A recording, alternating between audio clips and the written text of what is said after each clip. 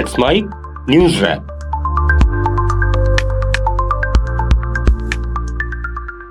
Let's mic news wrap में अब सुनते हैं दिन भर की अहम खबरें सिर्फ 10 मिनट में। भारत और ब्रिटेन के बीच फ्री ट्रेड एग्रीमेंट हो गया है। पीएम मोदी और ब्रिटेन के पीएम कीर स्टारमर की मौजूदगी में लंदन में एग्रीमेंट पर दस्तखत हुए। इसे लेकर दोनों देशों के बीच 3 साल से बातचीत चल रही थी। समझौते के बाद नेताओं ने एक साझा प्रेस कॉन्फ्रेंस की। इस दौरान पीएम मोदी ने समझौते को ऐतिहासिक बताते हुए खुशी जताई। मोदी ने स्टारमर को भारत आने का न्योता भी दिया। आज हमारे संबंधों में एक ऐतिहासिक दिवस है। मुझे प्रसन्नता है कि कई वर्षों की मेहनत के बाद आज दोनों देशों के बीच comprehensive economic and trade agreement संपन्न हुआ है। यह समझौता मात्र आर्थिक साझेदारी नहीं बल्कि साझा समृद्धि की योजना है। एक और भारतीय textile, footwear, gems and jewellery, sea food और इंजीनियरिंग गुड्स को यूके में बेहतर मार्केट एक्सेस मिलेगा। भारत के एग्रीकल्चर प्रोड्यूस और प्रोसेस्ड फूड इंडस्ट्री के लिए यूके की मार्केट में नए अवसर बनेंगे। भारत के युवाओं, किसानों, मछुआरों और एमएसएमई सेक्टर के लिए यह समझौता विशेष रूप से लाभकारी सिद्ध होगा। इस समझौते से भारत से ब्रिटेन को होने वाले 99% निर्यात पर टैरिफ यानी आयात शुल्क में राहत मिलेगी। इसका मतलब है कि भारत से जो सामान ब्रिटेन भेजा जाएगा उस पर लगने वाला टैक्स या तो बहुत कम हो जाएगा या पूरी तरह खत्म कर दिया जाएगा। वहीं ब्रिटेन की कंपनियों के लिए भी यह समझौता फायदेमंद होगा। अब उन्हें भारत में विस्की, कार और दूसरे उत्पाद बेचने में पहले से ज्यादा आसानी होगी। भारत इन प्रोडक्ट्स पर टैरिफ को घटाकर 15 से 3% करेगा। समझौते से दोनों देशों के बीच व्यापार हर साल करीब 3 लाख करोड़ रुपए तक बढ़ सकता है। ब्रिटिश प्रधानमंत्री कीर स्टारमर ने भारत ब्रिटेन मुक्त व्यापार समझौते की प्रशंसा करते हुए इसे ब्रेक्सिट के बाद ब्रिटेन के लिए सबसे बड़ा और आर्थिक रूप से सबसे महत्वपूर्ण व्यापार समझौता बताया। Look, and we both know this is the biggest and most economically significant trade deal that the UK has made since leaving the EU. And I think I can say that it's one of the most comprehensive deals that India has ever done. So thank you, Prime Minister, for your leadership and for your pragmatism. And I'd like to thank everybody who's worked so hard to get this deal over the line. Bihar विधानसभा में नेता प्रतिपक्ष तेजस्वी यादव ने BJP नेताओं पर तीखा हमला बोला। उन्होंने केंद्रीय गृह मंत्री अमित शाह से सवाल किया कि अगर वे बिहार के मुख्यमंत्री नीतीश कुमार पर भरोसा करते हैं तो अगले महीने सीतामढ़ी की रैली में नीतीश को 2025 से 2030 तक का सीएम फेस क्यों नहीं घोषित करते। तेजस्वी ने कहा कि बीजेपी और जेडीयू के बीच गठबंधन में विश्वास की कमी साफ दिखती है। उन्होंने नीतीश सरकार पर विकास कार्यों में नाकामी का भी आरोप लगाया। बिहार विधानसभा में हुए हंगामे के बाद नेता प्रतिपक्ष तेजस्वी यादव ने बाहर आकर मीडिया के सामने सदन की घटना का खुलासा किया। उन्होंने भारतीय जनता पार्टी के विधायकों पर गंभीर आरोप लगाए। तेजस्वी ने कहा कि बीजेपी विधायकों ने सदन में गालियां दी और उन पर माइक से हमला करने की कोशिश की। उन्होंने इसे लोकतंत्र के लिए शर्मनाक बताया और बीजेपी की कार्यशैली पर सवाल उठाए। तेजस्वी ने मांग की कि ऐसी घटनाओं की जांच हो और दोषियों पर कार्रवाई की जाए। भारत निर्वाचन आयोग ने पश्चिम बंगाल सरकार को मुख्य निर्वाचन अधिकारी के कार्यालय को राज्य नियंत्रण से अलग करने का निर्देश दिया है। आयोग ने कहा कि पश्चिम बंगाल में एक स्वतंत्र निर्वाचन विभाग बनाया जाए जो पूरी तरह वित्तीय और प्रशासनिक स्वायत्तता के साथ काम करे। इसके साथ ही आयोग ने राज्य सरकार से अतिरिक्त संयुक्त और उप मुख्य निर्वाचन अधिकारियों के 4 रिक्त पदों को तुरंत भरने को कहा है। ये नियुक्तियां आयोग के साथ परामर्श करके की जानी हैं।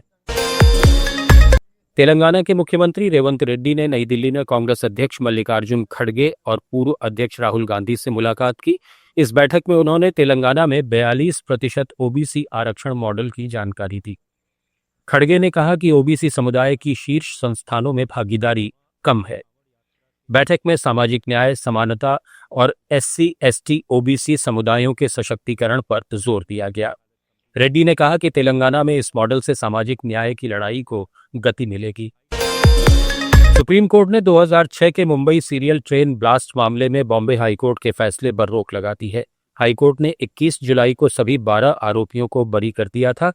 इसके खिलाफ महाराष्ट्र सरकार ने सुप्रीम कोर्ट में याचिका दायर की है। ईडी ने अनिल अंबानी के रिलायंस समूह की कंपनियों पर मुंबई में छापेमारी की। यह कार्रवाई 3000 करोड़ रुपए के कथित बैंक ऋण धोखाधड़ी और मनी लॉन्ड्रिंग मामले में की गई। ये छापेमारी नेशनल हाउसिंग बैंक, सेबी और सीबीआई की 2 एफआईआर के आधार पर हुई। रिलायंस पावर और रिलायंस इंफ्रास्ट्रक्चर ने कहा कि इस कार्रवाई से उनके कारोबार, वित्तीय प्रदर्शन और शेयर धारकों पर कोई असर नहीं पड़ेगा। हिमाचल प्रदेश के मंडी जिले में सरका घाट के पास मसेरन इलाके में हिमाचल रोडवेज की बस अनियंत्रित होकर गहरी खाई में गिर गई। इस हादसे में एक किशोर सहित 8 लोगों की मौत हो गई, जिनमें 4 महिलाएं और 3 पुरुष हैं। 20 यात्री घायल हुए हैं, जिनमें से कई की हालत गंभीर है। घायलों को सरका घाट अस्पताल में भर्ती कराया गया है। शुरुआती जांच में भारी बारिश के कारण सड़क धंसना हादसे की वजह बताया जा रहा है। राजस्थान रोडवेज में प्राइवेटाइजेशन की कोशिशों के खिलाफ आज Rajasthan roadways workers union CITU के आह्वान पर रोडवेज कर्मचारियों ने कई जगहों पर प्रदर्शन किया। जयपुर में यूनियन के अध्यक्ष सतवीर सिंह चौधरी, महामंत्री किशन सिंह राठौड़ और सीटू के नेताओं ने एक विरोध सभा को संबोधित किया। यूनियन के कोषाध्यक्ष गणेश चौधरी ने बताया कि ये विरोध खासतौर पर 476 हाईवेज पर 2261 प्राइवेट बसों को परमिट देने और नई बसें नहीं खरीदने को लेकर किया जा रहा है। राज्य सरकार द्वारा सकारात्मक दिशा में कोई कार्रवाई नहीं होने के कारण कर्मचारियों में असंतोष बढ़ता जा रहा है। परिवहन विभाग द्वारा 2261 निजी व लोक परिवहन बसों के संचालन के लिए परमिट देने की प्रक्रिया को तुरंत निरस्त किया जावे। 5 से 6 करोड़ के बीच रोडवेज की प्रतिदिन आय आ रही है, लेकिन रोडवेज के बस स्टैंडों के आसपास लोक परिवहन, निजी बसें, सभी अवैध वाहन संचालन के कारण रोडवेज को प्रतिदिन हानि हो रही है। अवैध संचालन पर सख्ती से रोक लगाई जावे। सुप्रीम कोर्ट उस याचिका पर 28 जुलाई को सुनवाई के लिए सहमत हो गया है, जिसमें सवाल उठाया गया है कि क्या एनसीआर में BS6 मानक वाले पेट्रोल संचालित वाहनों के लिए उपयोग सीमा 15 साल और डीजल संचालित वाहनों के लिए उपयोग सीमा 10 साल होनी चाहिए। याचिका में कहा गया है कि सरकार प्रदूषण नियंत्रण पर अदालत के पहले के निर्देशों को दरकिनार नहीं कर सकती। इसके बाद प्रधान न्यायाधीश BR गवई और न्यायमूर्ति के विनोद चंद्रन की पीठ ने याचिका पर सुनवाई के लिए सहमति व्यक्त की।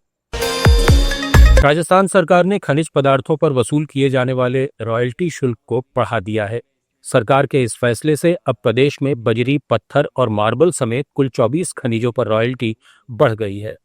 रॉयल्टी के बढ़ने से बजरी की कीमत प्रति ट्रक 600 रुपए तक बढ़ जाएगी, क्योंकि वर्तमान में एक ट्रक में अधिकतम 40 टन बजरी ले जाने की अनुमति रहती है। असम में कमजोर स्वदेशी समुदायों के लिए हथियार लाइसेंस पोर्टल शुरू किया जाएगा। मुख्यमंत्री हिमंता बिस्वा शर्मा ने गुवाहाटी में मीडिया से बातचीत में कहा कि अगले 10 साल में असमिया और हिंदू अल्पसंख्यक हो सकते हैं, इसलिए यह कदम उनकी सुरक्षा के लिए जरूरी है। पोर्टल 1 से 7 अगस्त तक आवेदन के लिए खुला रहेगा। करीब 1000 साल पुराने मोनपा हस्तनिर्मित कागज उद्योग को फिर से जीवित और लोकप्रिय करने के लिए खादी और ग्रामोद्योग आयोग ने अरुणाचल के तवांग में एक कार्यशाला की। इन कारीगरों को अब नियमित प्रशिक्षण दिया जाएगा। मिजोरम में म्यांमार और बांग्लादेश से आए 34,332 शरणार्थियों का बायोमेट्रिक्स रिकॉर्ड जुटाने की प्रक्रिया तेज की जाएगी। गृह विभाग के अधिकारियों ने आइजोल में बताया कि यह प्रक्रिया इसी महीने से शुरू हो चुकी है। कर्नाटक सरकार नए शोध और इनोवेशन को बढ़ावा देने के लिए कर्नाटक इनोवेशन अथॉरिटी बनाएगी। ये एक रेगुलेटरी सैंडबॉक्स देगी जहां नए विचारों का परीक्षण हो सकेगा, खासकर ऐसे विचार जिन पर अभी कोई काम नहीं हुआ है। आंध्र प्रदेश के वेलागपुड़ी में हुई नवी स्टेट इन्वेस्टमेंट प्रमोशन बोर्ड की बैठक में मुख्यमंत्री एन चंद्रबाबू नायडू की अध्यक्षता में 20,216 करोड़ रुपए के निवेश प्रस्तावों को मंजूरी दी गई। इनसे 50,600 नौकरियां बनेंगी।